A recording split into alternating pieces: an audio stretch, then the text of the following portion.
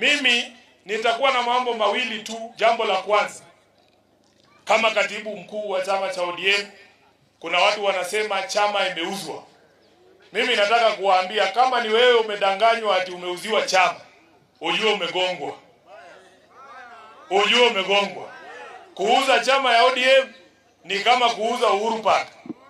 Shamba ya wananchi, hawezi kuuza mali ya wananchi. Chama cha ODM ni chama cha wananchi. Nyinyi ndio wenye kuamua. Wakati ambapo mnataka chama kiende left, mnasema left. Mkitaka right, mnaenda right. Viongozi wako hapa wengi.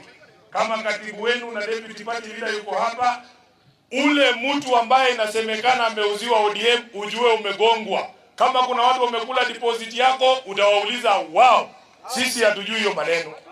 Jambo la mwisho, tunaambiwa hii Kenya inaenda kukua kama Singapore. Mumesikia maneno ya Singapore nyinyi?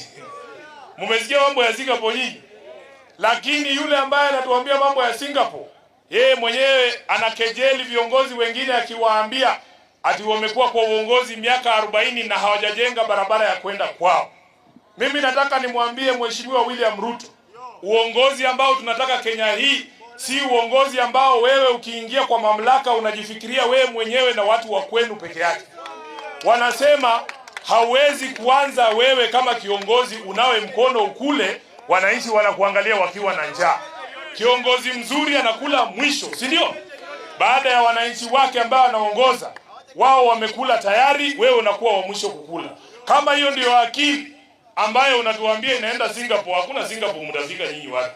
Hakuna kiongozi anaweza tufikisha Singapore iwapo anafikiria mamlaka ni nafasi ya kujijenga yeye mwenyewe na watu wa kwao. Hatukatai. Wanasema charity begins at home, lakini mali ya umma is not available for charity. Charity ni pesa yako wewe mwenyewe. Ukitaka kujenga kwenu utumie pesa yako, lakini mali ya umma itumiwe kunufaisha ama kunadhifisha nchi nzima, bali kujali ni mahali bagani ambapo unatoka. Kwa hivyo kwa hayo